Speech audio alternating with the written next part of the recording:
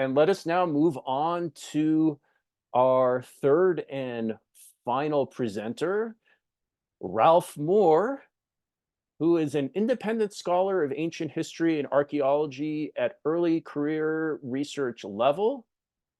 Ralph recently completed a doctorate in classics at Trinity College, Dublin, with a thesis entitled Keeping Up with the Julii, Roman Impact on Social Stratification and Mobility in the Rhone Basin, circa 125 to 10 BCE. In it, Ralph examines the ways in which Roman conquest affected the evolution of elite identities and cultural hierarchies in southern and eastern Gaul. Ralph has several journal articles and publication examining Roman imperialism towards temperate Europe through the lenses of ethnography, anthropology, and diplomacy in theory and practice. Please welcome Ralph and the presentation Laurel-Wreathed Lies and Triumphal Tragedies, Eluveitie, Counter Readings of Caesar's Commentarii de Bello Gallico. Take it away. Thank you, everyone. Can everyone hear me and see what I'm sharing on the screen okay?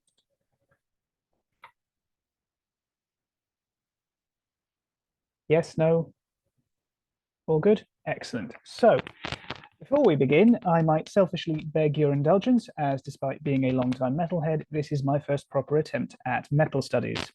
On a more serious note, however, I'd like to offer a content warning for this paper, as we will be discussing topics of war, ethnic cleansing, and particularly the rhetoric surrounding it.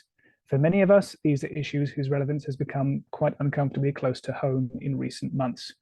The breakout room is there if you need it. As this conference and its predecessor have amply illustrated, heavy metal bands have frequently, sorry, I'm trying to get this thing to work. There we go.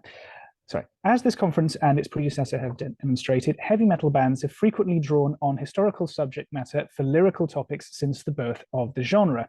Examples range from Iron Maiden's Alexander the Great through Running Wild's Battle of Waterloo to Sabaton's entire shtick. The relationship between songwriting and sources, both primary and secondary, varies greatly from instance to instance. However, I want to focus on one particular case study of a band's engagement with historical, particularly classical subject matter, and what it can tell us about the complex relationships between historiography, classical reception, and literary or lyrical creativity.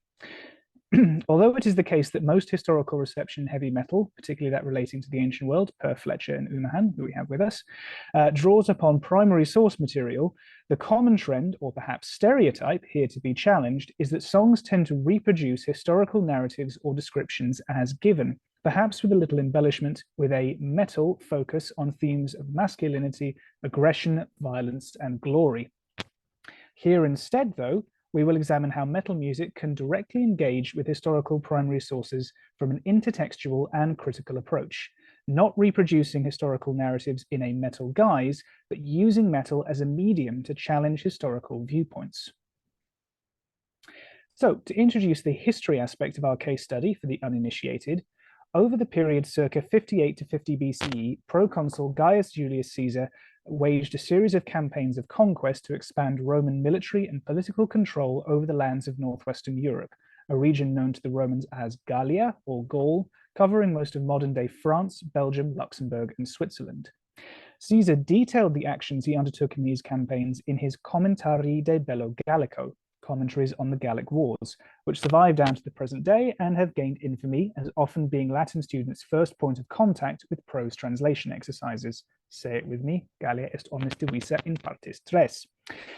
The thrust of Caesar's narrative in these commentarii is that while governor of provinces in what is now northern Italy and southern France, he militarily responded to threats against provincial subjects and/or state allies posed by various barbarian Gallic or Germanic forces, violently pacifying them, imposing treaties of subject status onto them, then subduing attempted rebellions until Roman pax was secured. This process, not infrequently, involved the sacking or razing of entire settlements and the mass displacing, enslaving, or even killing of local communities. Caesar does nothing to hide this, but provides justifications for it in line with Roman norms of warfare. Although their inherent bias and active spin is widely recognized in academia, the Commentarii remain the key primary source for understanding these conflicts for historians. The archaeological record has not yet been able to provide information sufficient to discard Caesar's work in favor of new narratives, and the extinction of the Gaulish language and independent records kept by its speakers has robbed the conquered of their side of the story. Our understanding of Gaul and the wars that brought it under Roman rule comes strictly and solely from Caesar's lens. To quote System of a Down, eloquence belongs to the conqueror. Now, for the other part of our case study, for those of you not familiar with them, Eluveitie, as it is pronounced, are a folk metal outfit hailing from Switzerland, first formed circa 2002, based around frontman, multi-instrumentalist, composer, and lyricist Christian Riegel-Glanzmann, seen here centered in photo, and a revolving cast of around 7 other band members. They have released 8 full studio albums, 1 demo EP, and recently 2 advance singles. The band's discography is heavily themed around the culture and history of Iron Age Gaul, particularly the Helvetii people of ancient Switzerland, from whom they take their moniker, drawing their lyrical subject matter from there and even using reconstructed forms of the Gaulish language on many of their tracks. Although most of their more recent work has explored topics of Gallic mythology and religion, this paper focuses on some of their earlier material dealing directly with the Caesarean Gallic Wars. This includes tracks from their albums Spirit, 2006, Slania from 2008, Everything Remains as It Never Was, 2010, and especially their 2012 concept album Helvetios, which narratively recounts the process of the Gallic Wars, primarily focusing on the Helvetic War of circa 58, which began the series of the campaigns, and secondarily the climatic revolt of working Getterics circa 52, in which many of the Gallic nations united in one final attempt to rebel against Caesar's military occupation. This little chart, which I've constructed here, illustrates the relationship between the various tracks, both of Helvetios as a narrative concept album, and those of other Eluveitie songs, which with the historical events they describe, and the sections of Caesar's commentary that they use as sources. See here how they line up nicely together. Crucially, Eluveities' lyrics in these songs do not just recount the events of the wars, but attempt to reconstruct lost Gallic perspectives on what occurred, giving the other side of the story, as it were. Your Gaulish War, one of the earliest tracks written in this way, imagines a hypothetical Gallic accuser engaging in rhetorical invective against Caesar for the human cost of his actions, the sheer volume of which was a point of comment for later classical authors like Pliny the Elder, Plutarch, and Suetonius. Bloodstained Ground, meanwhile, imagines the perspective of a Gallic warrior facing the Roman legions at the Battle of Bibracte, while tracks like Grey Sublime Archon and Thousandfold see the singer take on the persona of the named Helvetian leaders Diwico and Orgetorix, respectively. The opening tracks of the album Everything Remains as It Never Was explore the problems of the fallibility of history, how truth is all too easily lost to fading memories and contested to conflicting accounts of the past, before the next 2 songs return to condemnation of Caesar's atrocities. Most strongly in this vein, perhaps, is the spoken word intro and outro tracks of the Helvetios album, which act as a framing device, establishing the album as a lost oral history of the wars, passed on by a survivor to future generations in the hope that their memory will be preserved. This notion of songs as a repository of memory reflects the idea that bards, a group consistently described in Greek ethnographies of Gaul, but whom Caesar's work specifically and strategically erases, per Rigsby 2006, acted as preservers of history and culture in Iron Age Gaul. As Matthew Taylor's chapter on Eluveities' work elucidates, this historically grounded but ultimately creative approach positions their music as an alternative post-colonial response to Caesar's account. We may note the anachronism of using heavy metal music to recreate a lost set of ancient oral histories, as the late Iron Age Helvetii certainly wouldn't have access to electric guitars, and whatever stereotypes Greek and Roman writers may have held about the harshness of barbarian Gallic voices, Gallic bards would probably not have recited their lore in death metal growls. The medium, though, is in no way antithetical to the message. Metal is, as we know, music of powerful, often violent, passionate emotion. Caesar's narratives of the Gallic Wars, unsurprisingly, is one of triumphant military success and subtle self-congratulation expressed in terse prose. Eluveities' counter-narrative of the conflict is correspondingly one of violent tragedy and rage against oppression and injustice. Glanzmann's growls and secondary vocalist Anna Murphy's laments and screams work to convey the horrors of slaughter and desolation Helvetii faced at Caesar's hands, and condemn the callous, manipulative, self-serving ways in which he ensured that they would be remembered. This brings us to the second point of our case study, exploration in this case study. A clear and consistent stance taken throughout the songs pertaining to the Gallic Wars in Helveti's oeuvre is that Caesar, the architect, prosecutor, and record keeper of the conflict, is a liar. Bloodstained Ground, a track concerning the massacre of the Helvetii at Bibracte, asserts that the war is a fake, predicated on false evidence intended to manipulate events to Caesar's benefit. The unnamed doomed Gallic warrior from whose perspective the lyrics are written wonders if the legionaries bearing down on him even believe in their cause or are similarly victims of their leader's deceit. Thousandfold, meanwhile, offers a meta-commentary on Caesar's writing of the Commentarii, calling the account a dished-up tale for others to parrot rather than question, which functioned as a way of demonizing the Gauls to justify their slaughter and expropriation. The crucial weapon with which Caesar destroyed the Gauls, the song attests, was not the swords and spears of the legions, but the pen in his own hand. Meet the Enemy and other tracks from Helvetios do not hold back on calling Caesar a liar and betrayer, or blasting his euphemistic labeling of military raids and slaughters as expeditions. So, thinking historiographically with this new canon of interpretation, what then is Caesar actually lying about? In academic circles, the veracity of the Commentarii's version of events, especially those of the Helvetian War of 58 BCE, has been increasingly called into question over the last century. Caesar's description of the campaign that started the wider series of conflict rouses suspicion on several counts. He imputes illogical motives to its participants, he plays fast and loose with plausible chronology, and describes scenes that appear to be contradictory to geographical and archaeological fact. Rather than attempt to unpick all of these inconsistencies here, let's focus on a couple of key points. According to Caesar, the Helvetii provoked Roman military intervention by attempting to leave their homeland in the Western Alps, violently traversing either Roman provincial territory or that of Roman allies, and to settle in the distant lands of the Santones, from which they would threaten other dependent allies of the Republic. The goal of this mass migration was apparently for the Helvetii to secure their position of military dominance over all other Gallic nations. Although the political leader responsible for these plans, one Orgetorix, was deposed before they could be enacted, the Helvetii were nevertheless determined to complete their exodus.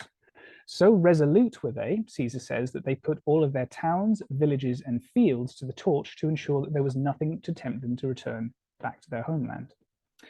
This story has been challenged on multiple counts, as no evidence of mass burning has yet been uncovered in the archaeological record of Iron Age Switzerland, and it offers little persuasive reason as to why the Helvetii would embark on such a logistically bizarre venture for vainglorious purposes. Several theories have been advanced as to what the Helvetii were actually doing that prompted Caesar's attack on them. These include attempted invasions of neighboring communities allied to Rome at the time, or that if migration was actually on the cards, that it was variously smaller in scale or for far more grounded reasons than the Commentarii claim. As they address it in their narrative concept album Helvetios, however, Helvetii do not dispute the attempted mass migration, even including references to Caesar's more outlandish assertions. The Gaulish language track Scorched Earth describes the conflagration of the Helvetian lands and settlements, accompanied by Santonian Shores, narration of the people's departure for the lands of the Santones far to the west. Where these lyrics do differ from Caesar's account, however, is in how they relate the motivations, aims, and attitudes of the Helvetii in their undertaking.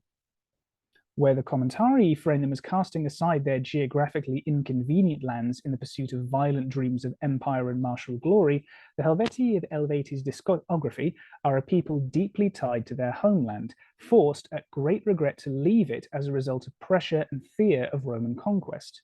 As with all hypotheses advanced in this case, the narrative is a speculative one, but not necessarily implausible. Caesar's lie in this case is not that the Helvetii were migrating at all, but that their migration was an act of aggressive war in need of military response. Caesar traded in caricatures of dangerous irrationally belligerent barbarians to justify treating them with extreme prejudice.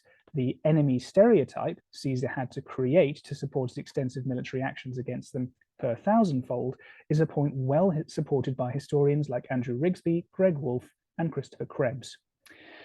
Although they align well with and draw upon historical and literary criticism of Caesar's work, the lyrics of Helvetios, along with the band's earlier work, do not offer a new historical account of the Helvetian War predicated on other sources of evidence. Rather, they are novel approaches to pre-existing narratives of it. Eluveitie are, after all, in the business of making powerful, emotive music rather than historiographical research and pedagogy. They constitute instead a literary counter-reading of an extant classical text. Counter-readings of mythological stories in prose have become a prominent feature of recent and contemporary classical reception, with feminist novels offering women's perspectives of ancient stories forming much of this new canon. Margaret Atwood's Penelopiad, Ursula K. Le Guin's Lavinia, along with the works of Madeline Miller and Natalie Haynes, are excellent examples of this trend.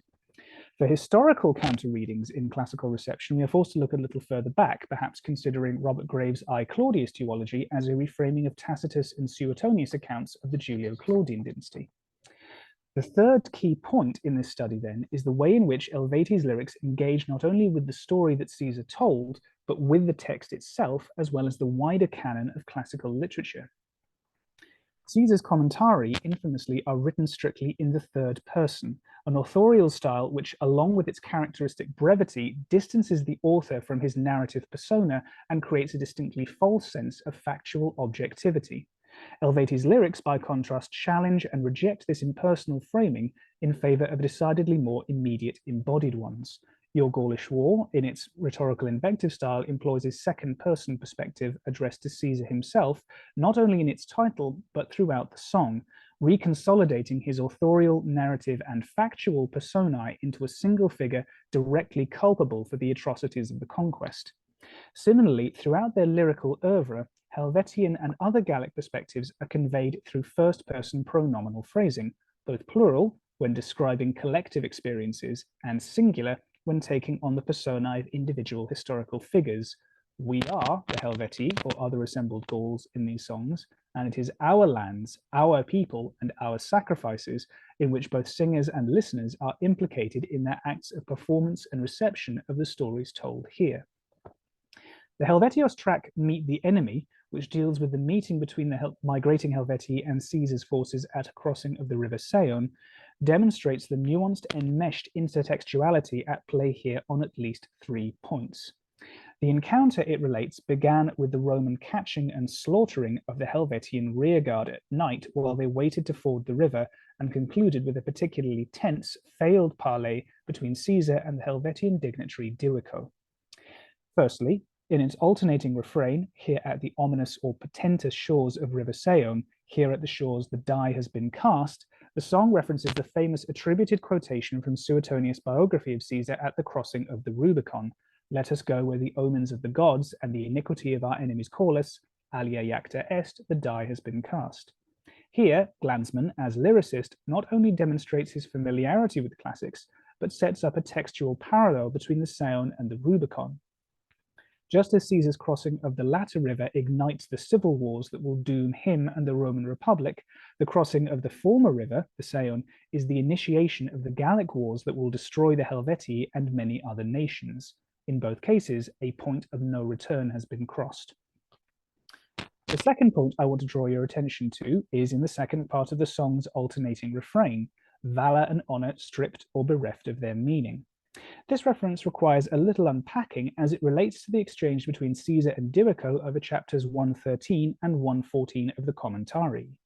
In Caesar's account, Diwico attempts to dissuade him from making further attacks on the Helvetii by boasting of their long-held reputation for valor and martial prowess, having inflicted a stinging defeat on a Roman army decades earlier, while alleging that the Romans' sneak attack on unprepared troops does little to demonstrate their own courage or capacities in a fair fight. Caesar takes these assertions as an invitation to avenge old wrongs and punish the Helvetii for their apparent hubris.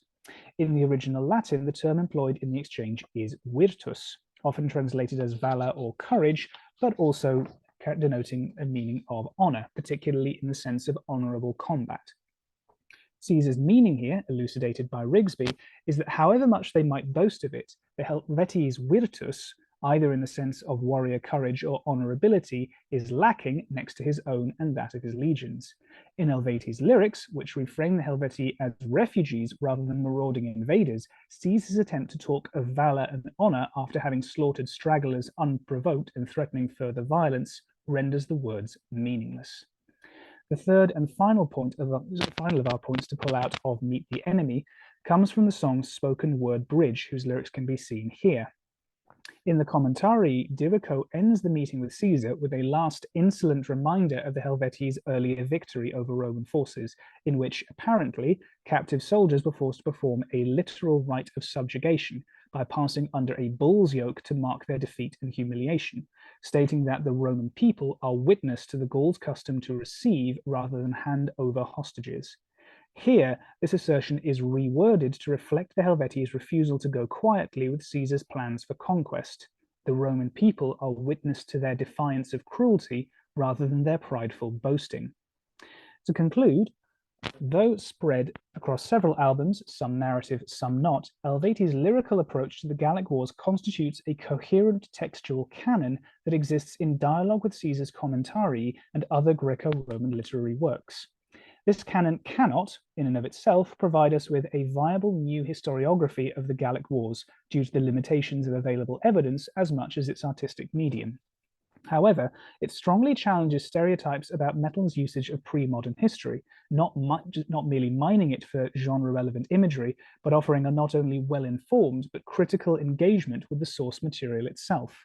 The post-coloniality of the band's creative work, identified by Taylor, lies not merely in their attempted reconstruction of a lost European Celtic identity, but in its rebuke to imperial rhetoric and mindsets more generally. Eluveitie ability to rewrite Caesar's story from his victim's perspective, reinserting the raw emotion and horrendous suffering which he elided over in his dispassionate clinical description of the destruction he wrought, is a powerful reminder that the Commentarii are a work of literature, not an authoritative chronicle of historical fact.